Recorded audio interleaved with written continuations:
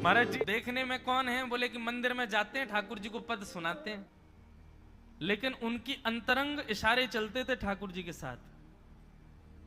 जैसे ही गोविंद दास जी पद गाते थे, गुसाई जी श्रृंगार करते थे ठाकुर जी का, गोविंद दास जी पीछे खड़े खड़े पद गाते थे।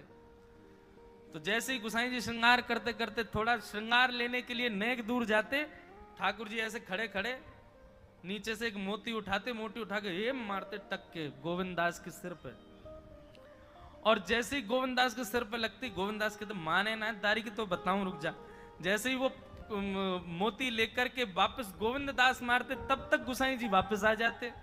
और गुसाई जी के आते ही वो मोती ठाकुर जी की जगह गुसाई जी में जाके लग जाता। गुसाई जी कहते, हे गोविंदा, तू ठाकुर जी को मोती मार रहा है?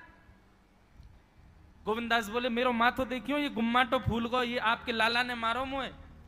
आपको लाला ऊधम मचावे वो ना दिखाई दे आपको, और मैं नेक कछु कह दूं सो मुंह पे चिल्ला रहे हो, मुंह पे बरस रहे हो, या समझा लो बहुत ऊधम मचावे ये।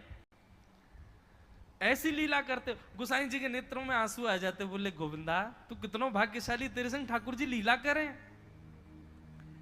गोविंदास के साथ ऐसी ऐसी लीला करते महाराज।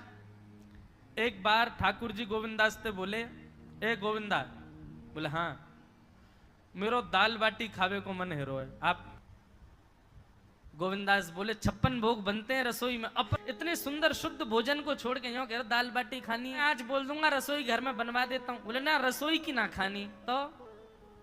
बोले तेरी कदम खंडी में आऊंगा।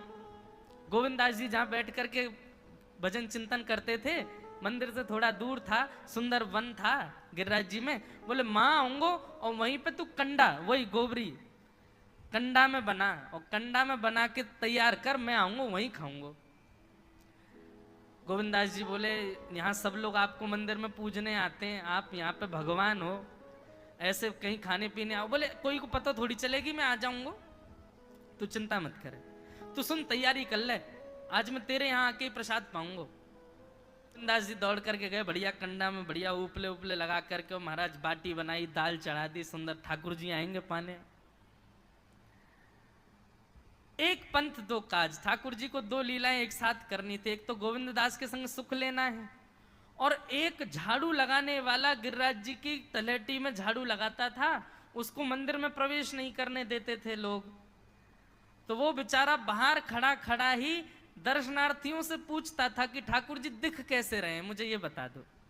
दर्शनार्थी आकर के बताते थे, नीली नीली ठाकुर जी ने बाघा पहना है, गले में मोतियों की माला है, मकराकृत कुंडल है, ऐसा टिपारा ठाकुर जी के सिर पर रखा है, और ऐसा ठाकुर जी का सोचता था ऐसे दिख रहे होंगे ठाकुर जी।